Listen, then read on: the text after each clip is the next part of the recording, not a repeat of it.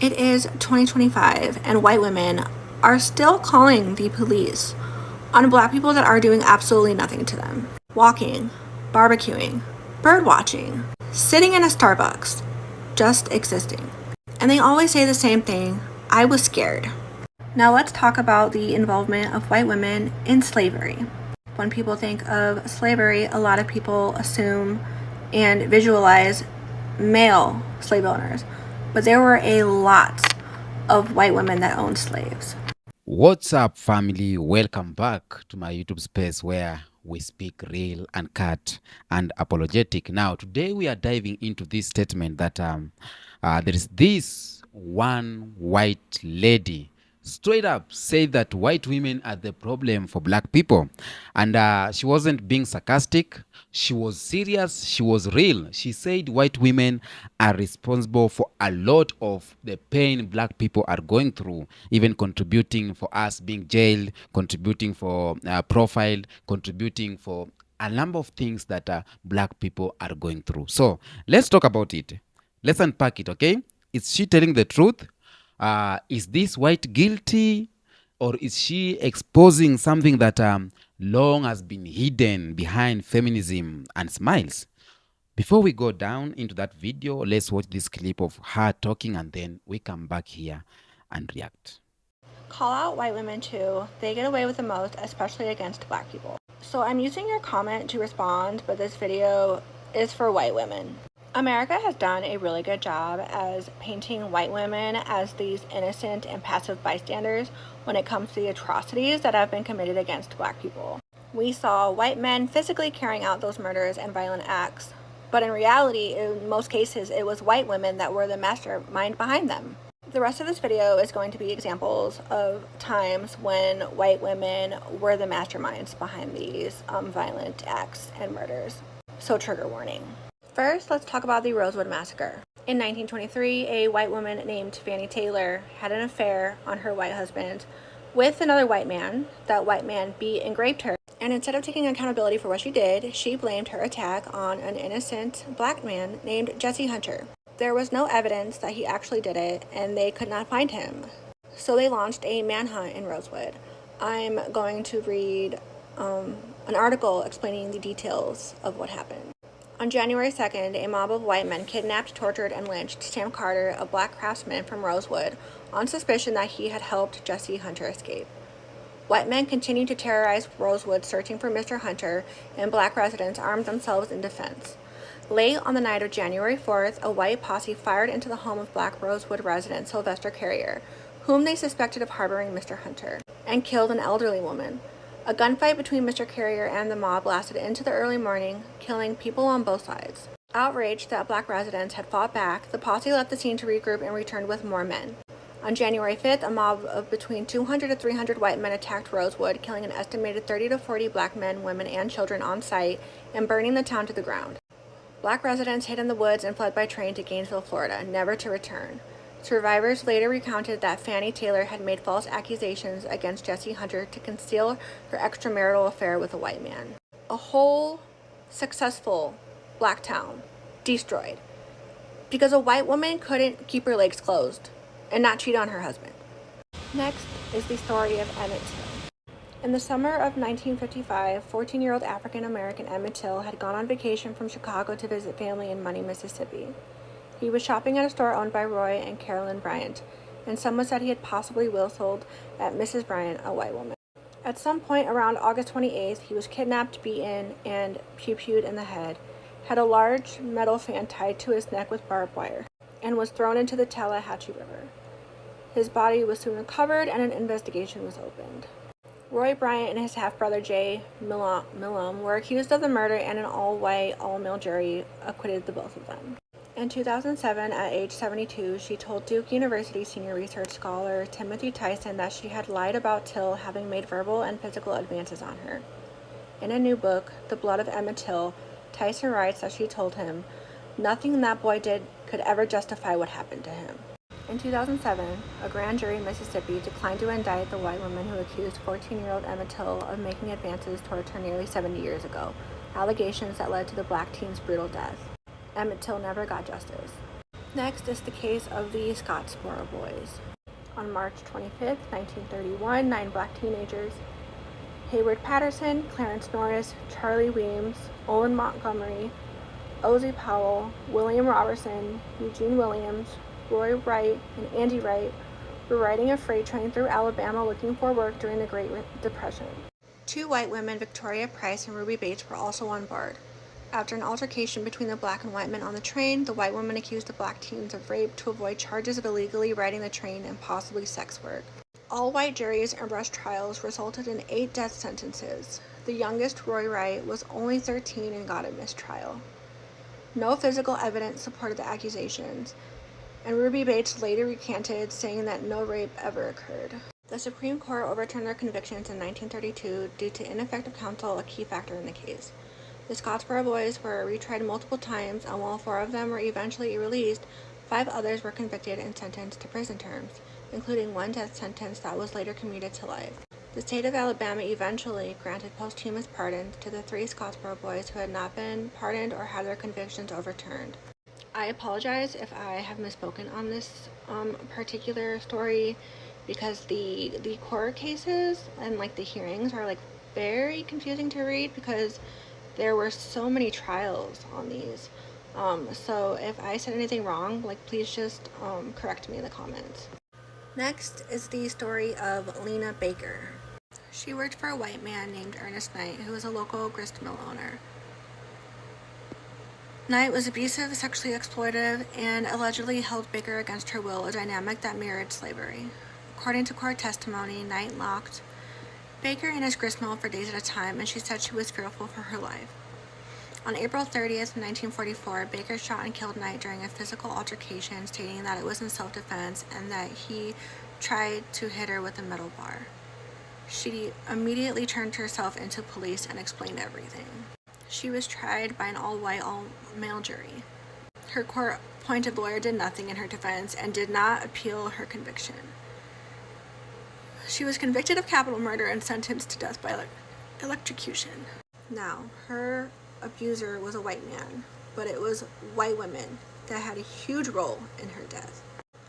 These women used their social capital as white women to push the myth of Baker being a sexual threat, a historical trope used to justify countless lynchings and executions.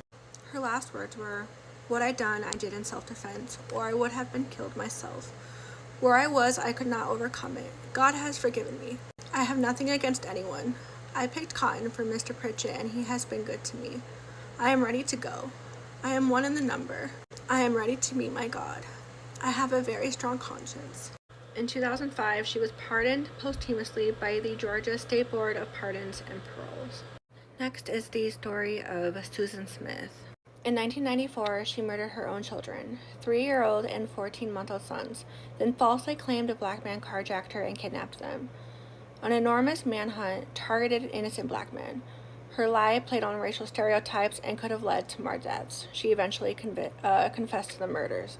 It is 2025, and white women are still calling the police on black people that are doing absolutely nothing to them. Walking, barbecuing, bird watching, sitting in a Starbucks, just existing. And they always say the same thing, "I was scared." Now let's talk about the involvement of white women in slavery.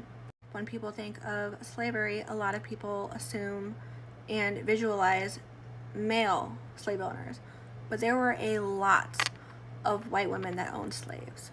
According to History.com, it's estimated that 40% of slave owners were white women. Martha Washington, who was George Washington's wife, was responsible for dramatically increasing the enslaved population in Mount Vernon. White women were active and violent participants in the slave market. They bought, sold, managed, and sought the return of enslaved people in whom they had a vested economic interest. Owning a large number of enslaved people made a woman a better marriage prospect. They Were Her Property, which is a book, appends a lot of older scholarship. For example, previous scholars have argued that most Southern white women didn't buy, sell, or inflict violence on enslaved people because this was considered improper for them. But Jones Rogers argues that white women were actually trained to participate from a very young age. In 2019, Gretchen Kell from UC Berkeley interviewed the author of They Were Her Property, Stephanie Jones Rogers, She was asked about the treatment of slaves by white women, slave owners, and this is what she said. The institution of slavery necessitated a culture of violence, and white women and girls were a part of this culture. In order to sustain the institution and to keep enslaved people in a state of near submission, violence and the threat of violence were vital. This culture of violence also created opportunities for some people to indulge their propensity towards sadism, and women were not immune to this. Women perpetrated acts of extreme violence against enslaved people for the same reasons that... Let me tell y'all how I just experienced my first case of white woman tears. So my daughter is looking for an apartment. She went to this apartment complex today and she asked the lady about a 1-bedroom apartment. The lady told her that they didn't have any 1-bedrooms available. So she asked her, what about a 2-bedroom? The woman tells her you can't afford a 2-bedroom. She tells the lady, ma'am, you don't know what I can afford. I have a good job. Comes home and she tells me, and I'm like, come on, let's go over there. We go. As soon as I open up the door, the look on the lady face is straight irritated. She says, what can I do for y'all? I'm like, my daughter says she just came and she was inquiring about 1-bedroom apartment. She's like, we don't have any 1-bedrooms available. This is a low income complex. I said, oh, okay, so it's low income. So my daughter was like, well, you could have just told me that it was low income. I tell my daughter, just got it. So I say, well, what about the 2-bedroom? She says, well, she doesn't qualify for a 2-bedroom. For a 2-bedroom, you would have to have a partner and would have to look at both income. So I'm like, obviously, what's the income cap on a 1-bedroom? She says 22,000. I say, okay, what's the income cap on a 2-bedroom? She's like, well, she would have to have a partner. I said, obviously, maybe she does. What's the income cap for a 2-bedroom? She says, she rolls around, she pulls up a folder, she swipes 2 pages, and she's like, I don't have that information right now. I look at my daughter look at me, we looking at each other like, who the fuck she talking to? But we don't say anything. So then she's like, again, she turns around to her computer and she starts to type in words to Google. But meanwhile, she's huffing and puffing the entire time. Let about 10 seconds go by and I say, you know what?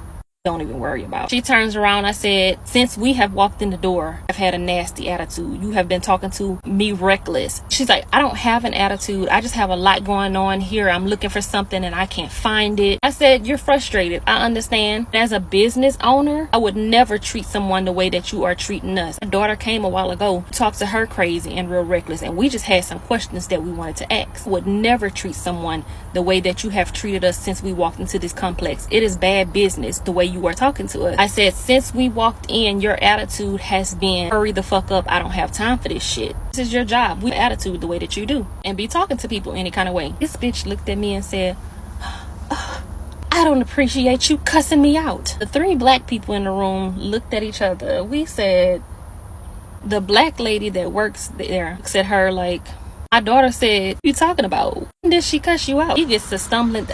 I said, yeah, when did I cuss you out? She says, you used a 4-letter word at me. You said a 4-letter word and you cussed me out. I said, ma'am, don't even try it. Not cuss you out. I said, since we walked in, your attitude, the way that you have been talking to us, the way that you have been acting, your attitude has been, hurry the fuck up. I don't have time for this shit. That's what I said. Don't sit here and try to say I cussed you out, because I did not. I said it's as simple as, if y'all don't have any apartments available, say that. She asked you what the rent was, say that it is a low income complex and what the rent is, and ask her would she like to be put on the waiting list. It's as simple as that. She could have did an application if she wanted to do an application. I said, but did you offer? I said, you didn't even offer. She walked in the door, you had a nasty attitude with her. We don't have a waiting list. We have applications. The applications are right there on the desk. Did you offer her to do an application? If you would like to do an application, the applications are right there, and all of this could have been avoided. But no, instead you talking to people crazy. And now I'm checking you about your attitude and the way that you have been talking to me. Now you want to flip it on me and try to make me out to be the aggressor when you've been aggressive and talking to me reckless the entire time since I've been here. I turned around, I looked at my daughter, I said, let's go before I actually do cuss her out. The black lady, I said, you might want to find somebody else to train on, because this is not how you treat people. Now, this clip, this woman breaks it down. She says that white women, not white men, she put it on white women, are often the ones calling the cops on black people. And I've seen that everywhere. There's something going on. You see a white lady raising alarm, and getting people arrested, clutching their purses, crying to weaponize their tears, and creating dangerous situations for black people, especially black men. For example, let's think about BBQ, Becky Permit Party. Let's think about BBQ, Becky. Let's think about Permit Party, Central Park Karen. We have seen it over and over where white women using their perceived victimhood to turn black people into threats, even when we are minding our own business. And that's why there's this name like Karen came out. You see, a black man on a neighborhood just walking, or a black person carrying a white baby, maybe she's a biracial baby, and you'll see this white lady creating alarm and making dangerous environment for black people, especially black men. So I think this lady is right. She's talking the pure truth. These are some of the hidden things have been going on, and I've seen a lot of white people are coming out and trying to talk about these things, and it just shows me how things are changing easily or very fast. Very soon, the supremacy will talk because secrets are being let out, the rats are being let out of the bag, or is it letting cat out of the bag? So everything is lining up. We are beginning to see the reality of everything that's going on.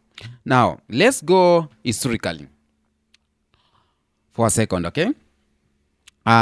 Something that I remember I read somewhere.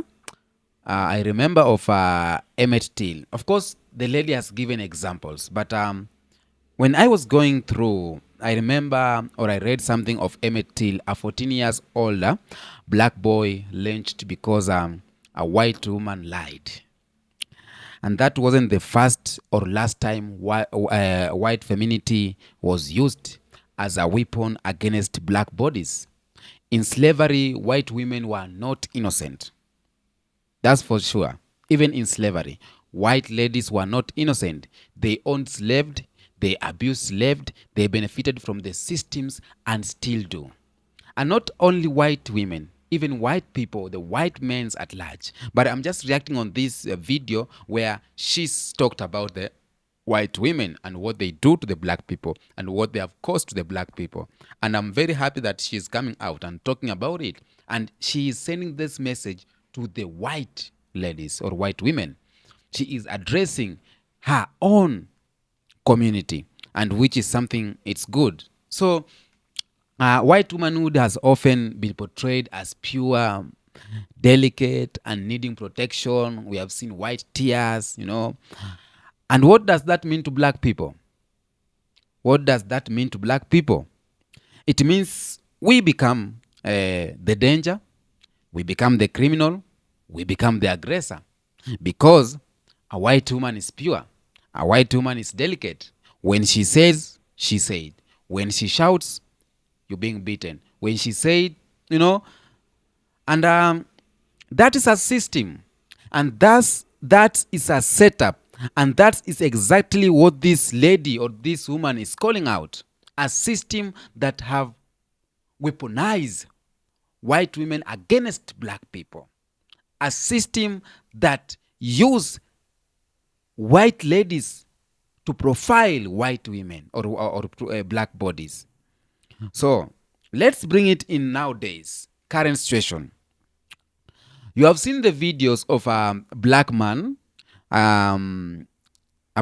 bird watching, or a white man called the cops. A kid sells water, cops get called, black folks trying to enter their own apartment building, challenged and filmed, it's everyday harassment. I've seen videos created, we have seen examples creating people creating skits. For example, I usually watch the Daman videos, and I see these skits he always make. It portrays what's going on in the society. It always portrays what these white ladies are doing, the Karens are doing on the society. We have seen how black man trying to enter his apartment, and this white lady will start saying, so. And don't forget how the justice system responds. A white woman's fear is enough to get you killed. That's for true. A white woman's fear is enough to get you killed, get you arrested, or fired. That is real and that is systematic, and that's what black Americans are going through in the United States of America. So if you are African and you don't know exactly what's going on, we are free as African. We walk. We see white people here. We walk. They can't say anything. They can't. But if you are black in America, it's so different. Going to your house may be a problem.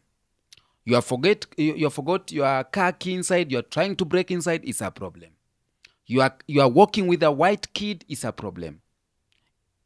A white woman crying a wolf ain't a joke. Ain't a joke. It is a weapon, and we need to call that out. Not just the individual currents, but the system that let it happen and reward it. White woman tears ain't jokes at all. And so, why is this woman statement powerful? It's because she's naming her own people.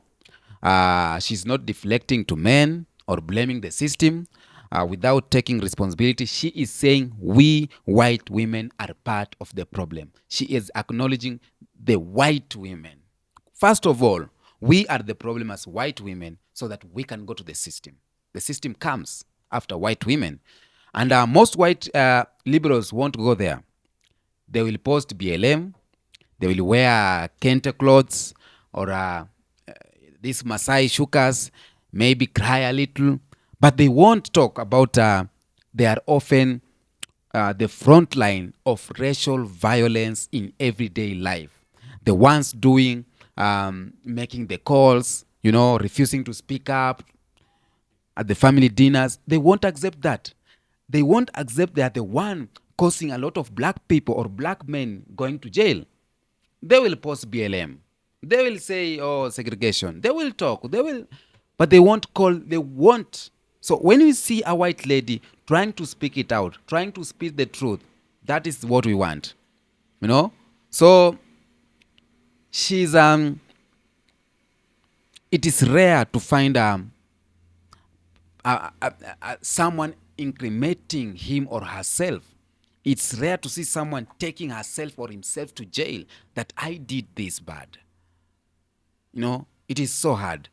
So let's also talk about one thing here. Let me see. Let's also talk about how liberal white women often hide behind activism. They will say they support black people, but when push comes to shove, they still center themselves. They will say they support black people, but when we say the white privilege, they won't talk about that. They will say they support black people, but they won't talk about reparation. They will say they support black people, but they will keep quiet when there is job inequalities, healthy disparities, and economic disparities. They want to be the savior, the leader of every cause. They will speak over black voices, demand praise for listening, and still hold on to the same fear when a black man walks behind them on the sidewalk. You know that. You black people, you know that.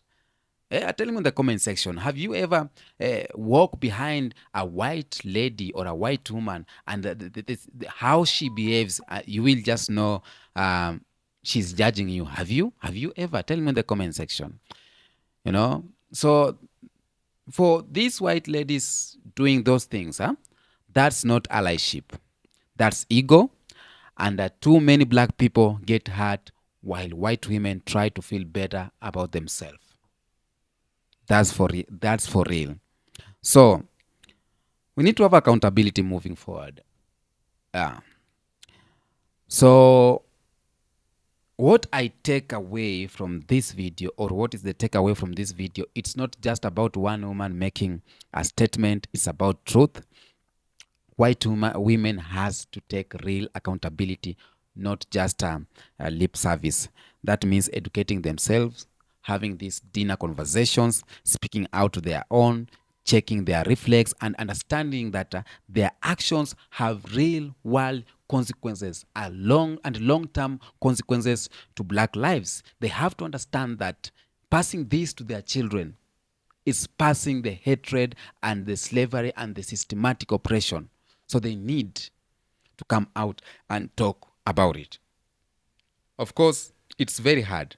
It's very hard to talk on something you are benefiting from it, because you cannot talk about the system and this system is giving you quality education and the other one are getting, so it's so hard. So to the white women who made that statement, or to the white lady who made that statement, thank you for keeping it real, but it doesn't stop at the truth.